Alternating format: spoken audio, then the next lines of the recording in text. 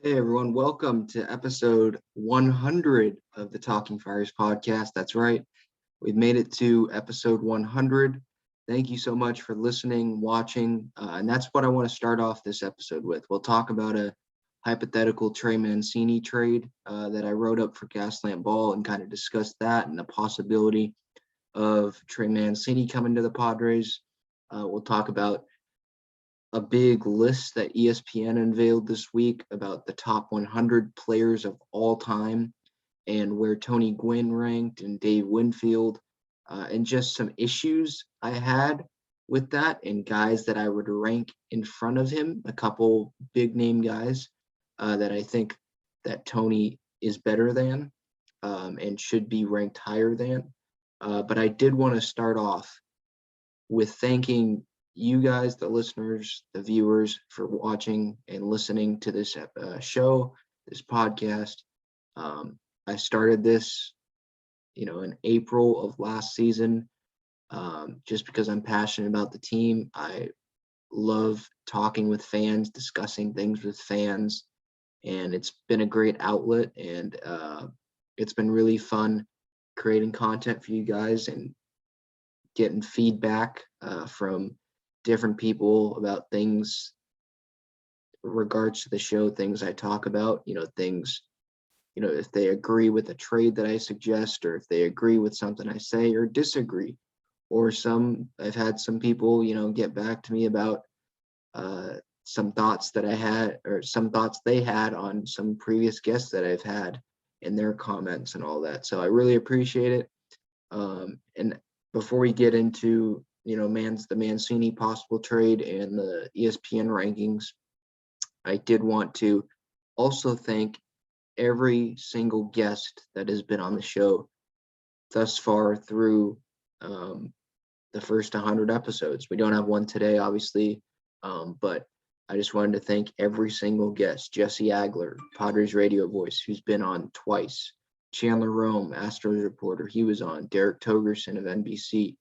Evan Roberts at WFAN, Chris Ello, Matt Scraby of 97.3 The Fan, Matt Vasgersian, MLB Network, he came on. Marty Caswell, Jay Posner, Braden Surprenant, Stephen Woods of Ben & Woods, Skip Schumacher, who was the bench coach at the time, Jared Carrabis of Barstool Sports Starting 9. That was a great interview. Jim Callis, he will join the show probably post-lockout again, but thank you for him for the first time that he came on. Ryan Cohen, super Padre fan, thank you for coming on. John Schaefer, Jim Russell of Extra 1360. They have John and Jim, that great show. They have already shouted me out. I appreciate them coming on and them spending time with me. Paul Reindl, Danny Vietti, Clayton Richard, and Tyson Ross, two former Padres, took time to talk. Rob Friedman, most recently, Pitching Ninja. He was great talking about Yu Darvish and different pitches and just conversations that he's had with you. And he talked about if the Padres could have the best pitching staff in the league. So you can look at that video and podcast version if you want to. Ernie Martinez is another one that came on. David Sampson, former MLB executive, kind of talking about AJ Preller behind the scenes and some experiences that he has had with AJ. Jacob Redondo, a childhood friend, teammate that I had.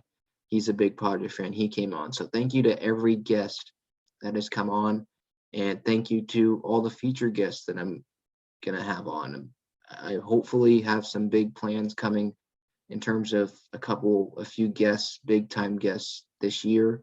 We'll see if that happens, but stay tuned for that. But just wanted to start off this episode by thanking everyone that's paid attention and everyone that's come on. I really appreciate it, and let's just keep going. So let's get right into it. First, talking about the possible Trey Mancini trade. I wrote on gaslampball.com. This article came out on Thursday about a possible Trey Mancini deal. The Athletic had an article earlier this offseason. I forget if it was during the lockout or before, about one player on every team that could be traded. And Trey Mancini was the big trade possibility on the Baltimore Orioles. And I wrote an article about it. Like I mentioned on Gaslamp Ball, you can check that out and I'll share my screen a little bit and talk about it a little bit more in depth. And for people that just don't want to read it, I'll talk about it here. They didn't see it. I'll talk about it now. So I'll share my screen for the YouTube audience, and for the podcast audience, just keep on listening along. So now this is just a hypothetical trade. It could be a trade that happens, a trade that doesn't happen. Likely it doesn't happen. It's not too often that hypothetical trades, like exact hypothetical trades, actually do happen. So the trade that I suggested was the Orioles receive Rhys Kinnear. He's a prospect. He appeared in the major leagues last year for the Padres. And in return, the Padres receive Trey Mancini. Now, that might seem lopsided, maybe in favor of the Padres. Some casual fans, Trey Mancini's a name. He participated in a home run derby before. He's a big name, obviously a actual major leaguer. Rhys Kinnear has been up and down with the Padres. You don't really know what he's going to turn into. But based on baseballtradevalues.com, both had pretty much the same trade value at $1.4 million. So it would go through in terms of a hypothetical possible trade in that system that I plugged it into. So I read a reply on Twitter to this article that I wrote about. There's no way the Orioles would do this because Trey Mancini is a fan favorite, and the Orioles wouldn't want Rhys Kinnear. I'm not necessarily just saying that it has to be Rhys Kinnear in the deal that the Padres would give Kinnear to the Orioles. It could be another prospect, an Ethan Elliott, someone like that, just someone. But I don't think this trade would make the Padres deal a Luis Campusano. I know that wouldn't happen with the Orioles because they already have Adley Rutschman probably, but so that not Campusano, but someone like that, like a CJ Abrams, obviously no. Gore, no. Hassel, no. James Wood, probably no. So there's a lot of guys that I'd say no to in terms of prospects, untouchables in this deal for Trey Mancini, because he's not like a Chris Bryant and Nick Castellanos level of consistent power production. He's played DH, he's played first, so he can play the outfield a little bit too. So there's some people that say, oh, he's only a DH, and he might be that for the Padres if a deal happens, just based on roster, or if Hosmer's still here and they somehow still want to play him at first base. They bring in another outfielder, or they have Tommy in left, Tommy Pham comes back in left or whatever. So there's situations where he might only DH. Obviously, this is assuming that a universal DH happens, but he can play other positions. So, and Preller likes versatility, so that's an aspect that I would look at, with it. But so in terms of the Orioles, they'd part with Mancini. I know they probably won't, but if they do, I'd understand. I think Orioles fans would probably understand why, because he's not under contract for a while. His contract, he's making only $8 million this year. He has this season, this coming 2022 season, to go before free agency. So, and they haven't had an extension yet. You'd think that they would have already had one if they would have worked one out, right? And I understand, with the whole story about Trey Mancini, fighting through cancer, great story. You can only root for him, he's just one of those guys that you just root for regardless of what team. And especially even Yankee fans could probably still root for him because the Orioles aren't a threat to them. The Orioles just stink right now. And that's another reason, Mancini's going to be out of his prime when the Orioles are in contention. So in terms of the Orioles' willingness to give him up, an extension hasn't been reached. They can get something back where he could help. That prospect could help the Orioles in the future, and they allow Mancini to go play for a contender, at least on paper, in the Padres or another team. So I think that the Orioles would be willing to do it. It's the fans, obviously, that probably wouldn't like it. But the fans aren't the ones making the moves. So in terms of the Padres, though, I know this isn't like the sexy option, right? With Chris Bryant, Nick Castellanos out there, Kyle Schwarber's out there. He's probably an even sexier option, than Mancini. Nelson Cruz obviously is out there, but in terms of contract, right, it's less than $10 million. You only have to give up probably one prospect. You're not going to have to give up a lot. And he does have some power numbers. And he can play multiple positions, like I mentioned. He has power, and I think it's one of those things where it's a low risk type option for the Padres if they were to get Trey Mancini. Like I mentioned with the versatility, can play first, can play left, can play right. He played all three of those positions in 2019. Played first base for pretty much half the season last year as well. I just think it could be a solid option, third or fourth option for Preller if things, don't shake out the way that they want to. So I would be up for this. And like I mentioned, Mancini has power. Like, I know that it's not as much power as a 30 home run guy, and I think that's what the Padres need. But let's say they combined a Mancini and like a Schwarber, or a Mancini and a Pham, and a Pham is a bounce back year, and Mancini hits 15 home runs. You combine those two, okay, there you have 30, 35 home runs between those two, and that's kind of the power production.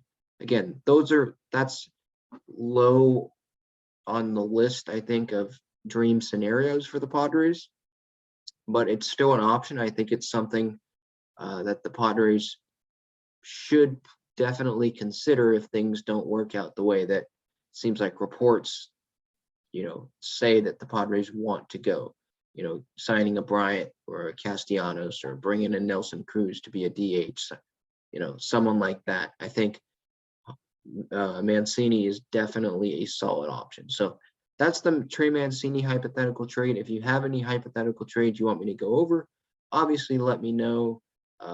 YouTube in the comments, social media channels at Talking Friars, Instagram, Twitter, wherever. Just get in touch, talkingfriars@gmail.com, anything, and I'll go over them and see what I think, and see if it's a real possibility. Now, moving to the top 100 Major League Baseball players of all time according to ESPN. This was released this week.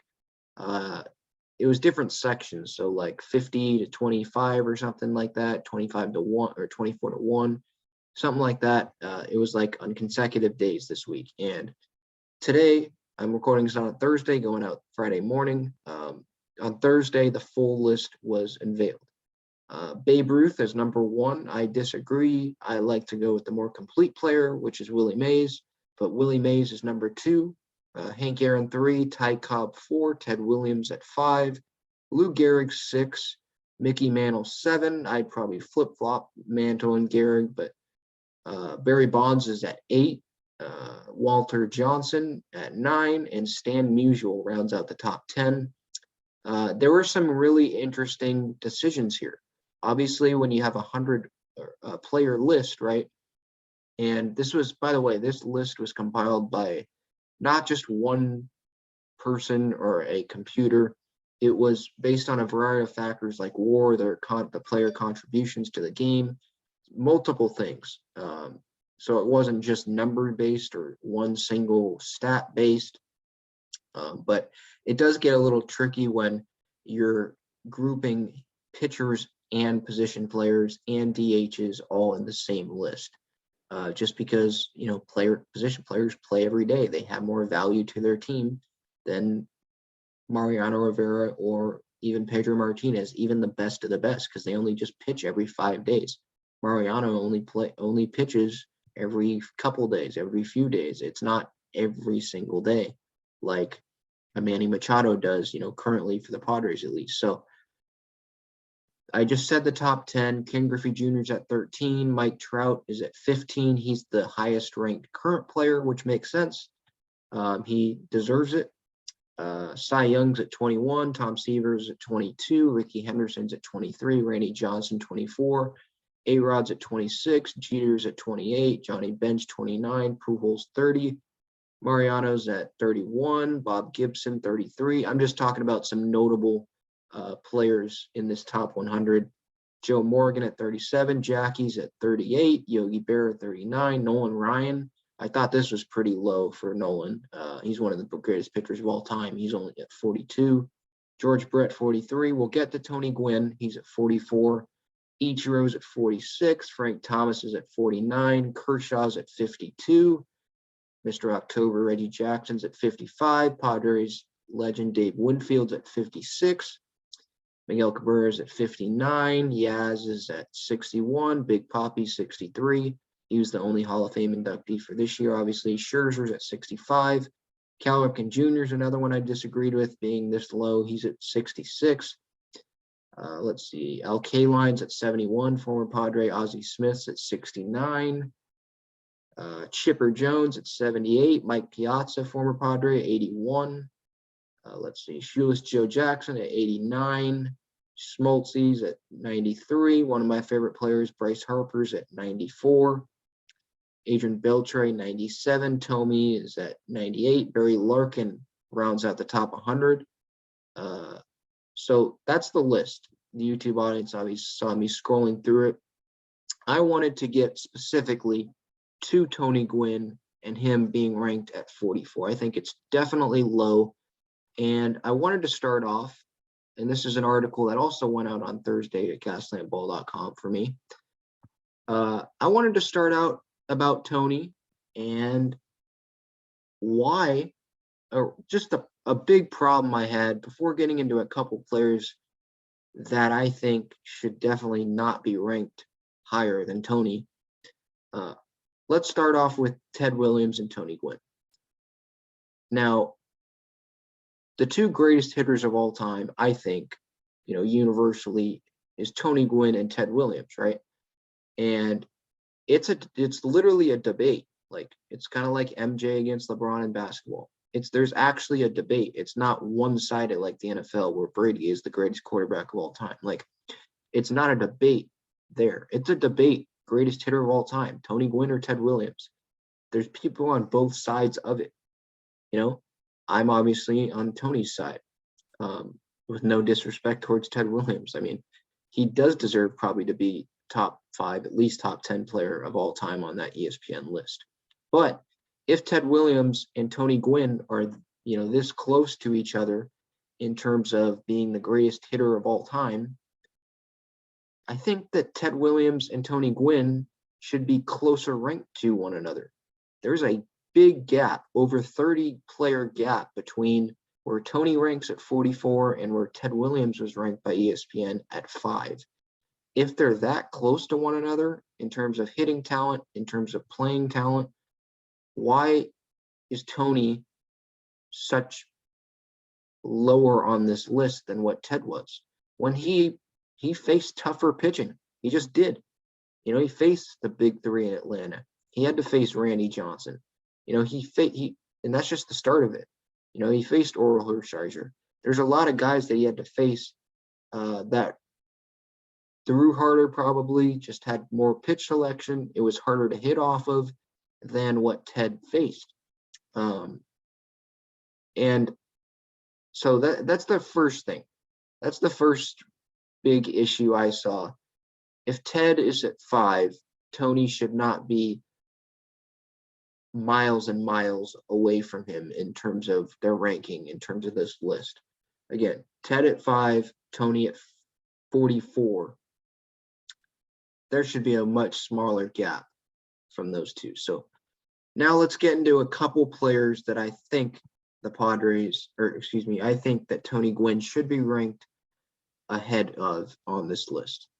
Now, this might surprise some people. I'm definitely going to get some flack, and going to be a lot of Yankee fans and Royals fans will be in my mentions on Twitter, but I don't care. This is my opinion. This is what I think, and I think that I'm right. Now, like I mentioned earlier, I love the conversation. I love people coming back at me and maybe that changes my opinion slightly on things. So go ahead. If you disagree, let me know. But this is two players that I think should definitely not be ranked higher than Tony. Number one, George Brett. George Brett, again, when we talk about former players, comparing former players, especially with like the MJ LeBron debates and stuff like that, it seems like if you take one side, right, you're taking one side, you take MJ's side, you're bashing LeBron. Like you're saying LeBron sucks. You take LeBron's side, you're saying MJ sucks. When that's not really the case, you're just trying to make an argument for one against the other. You know, they're both great talents. And same here again with George Brett and Tony Gwynn. George Brett's one of the best third basemen of all time. He won a World Series. He definitely deserves to be in the Hall of Fame, you know. But when you look at the numbers, like I looked at earlier this morning, I'm sorry, I would put Tony, and I tried to do this without bias, to be honest. I just looked at the numbers. I didn't look at, oh, I'm not a Royals fan and I'm a Padres fan, so I'm going to pick Tony. Same thing with the other guy that I'm going to talk about. No, I just looked at the numbers. And as I wrote here, George Brett, by the way, was ranked number 43. Tony was 44. So we're splitting hairs. They were already splitting hairs. I'm sure some people had Tony above George Brett. But in terms of the official rankings, George Brett's ranked higher. I don't believe that he should be. Brett is not considered on the same level as Tony in terms of hitting ability. And to be honest, I don't think he should be on the same level in terms of playing ability.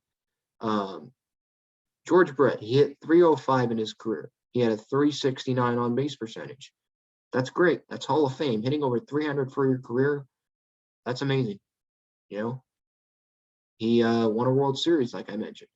But in comparison, Gwynn hit 338, and he had a higher on base percentage at 388. Now, when you look at accomplishments, not just stats, you look at accomplishments that they had. George Brett won 1 Gold Glove, while Tony won 5. Gwynn, 15-time All-Star. George Brett, 13. Gwynn, 7 Silver Sluggers. Brett won 4 fewer, 3 Silver Sluggers. Again, we're splitting hairs like I mentioned here, but when you look at accomplishments, you look at stats, I get George Brett had more home runs than virtually anyone ranked ahead of Tony did in terms of hitters, because Tony wasn't a power hitter. He was just a pure hitter. So I would put Tony ahead of George Brett. If that means that they just flip spots, okay.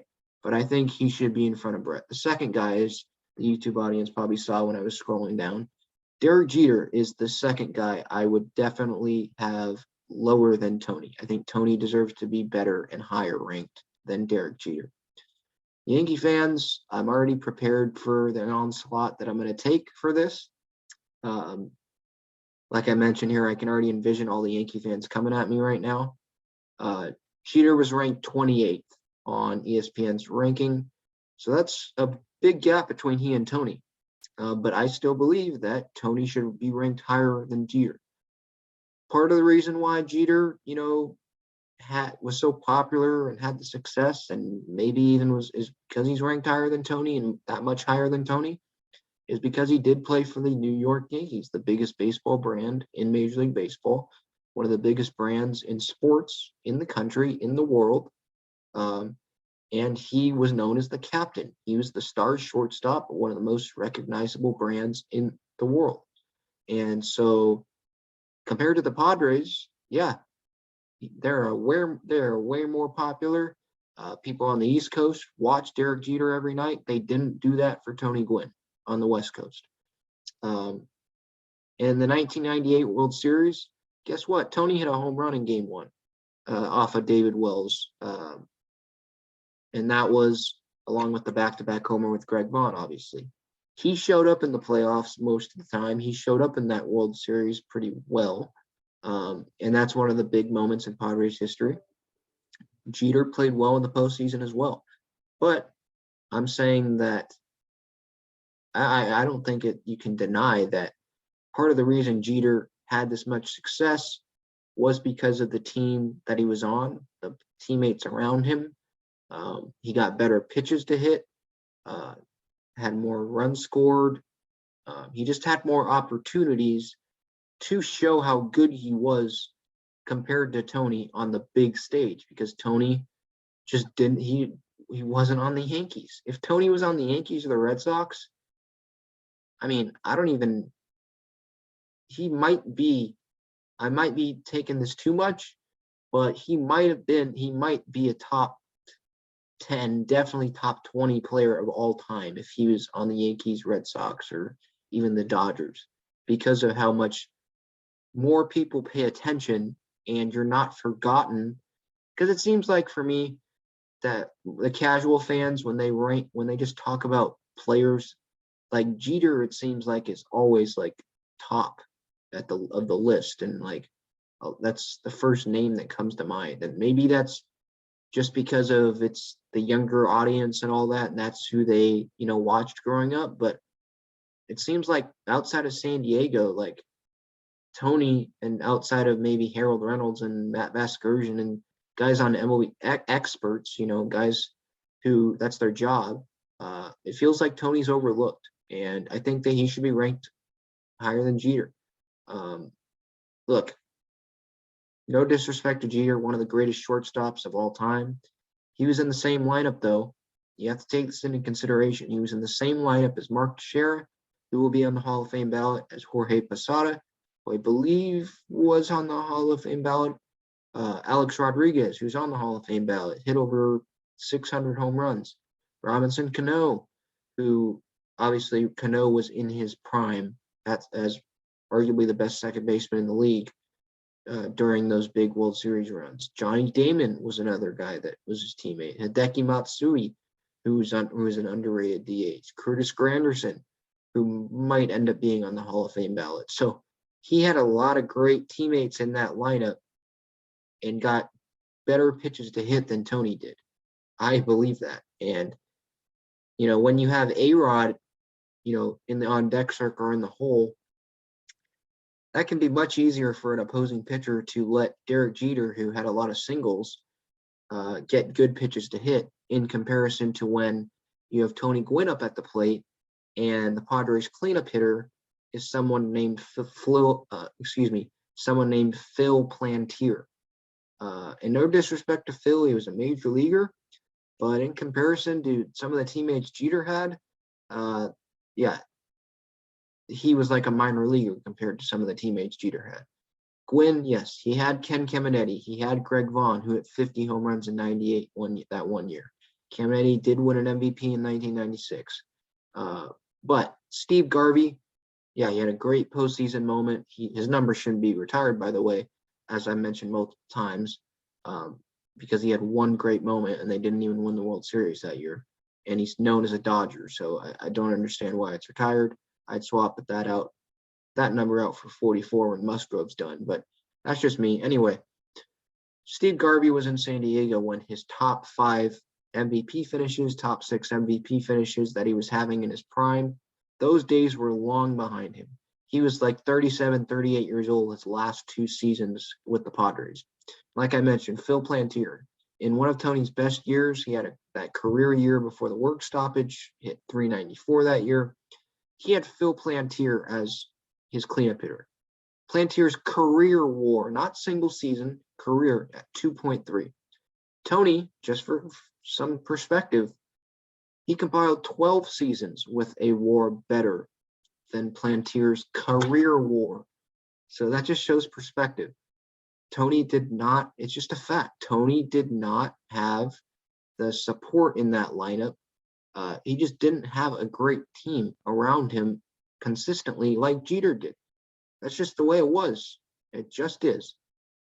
But when you look at those accomplishments, their stats compared to one another, they both played 20 seasons. So that makes it easier on me and other people to compare one another than it was for some guy, a pair of players that didn't, do 20 years each or have the same amount of years.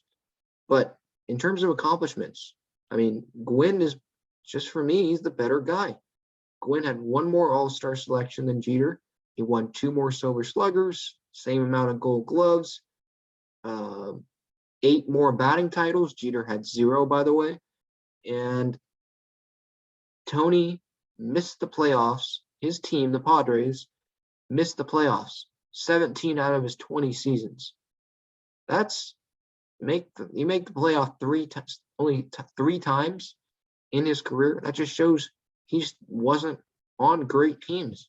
Wynn's WAR was still only about 2 wins worse than Jeter's. So the gap between Jeter, where he was ranked at 28, and Tony at 44 is way too big. If you want to make the argument saying that Jeter should be ranked ahead of Tony because he was great in the postseason and all that stuff, he played for the Yankees, there was more pressure on him than Tony, blah, blah, blah, whatever, go ahead. But the gap should not be that big. Just like the gap should not be as big as it is between Ted Williams at 5 and Tony at 44, when both are considered on the same level as the greatest hitters of all time. So if you agree, let me know. If you don't agree, let me know as well. Love the conversation. Again, thank you for listening and watching to episode 100. We've made it to episode 100. Should have more content, obviously, next week. Probably, 3 episodes at least. Try to do that every week now. Thank you so much for listening and watching. Until next time, let's go Padres. And I hope you enjoyed the episode. Have a good one.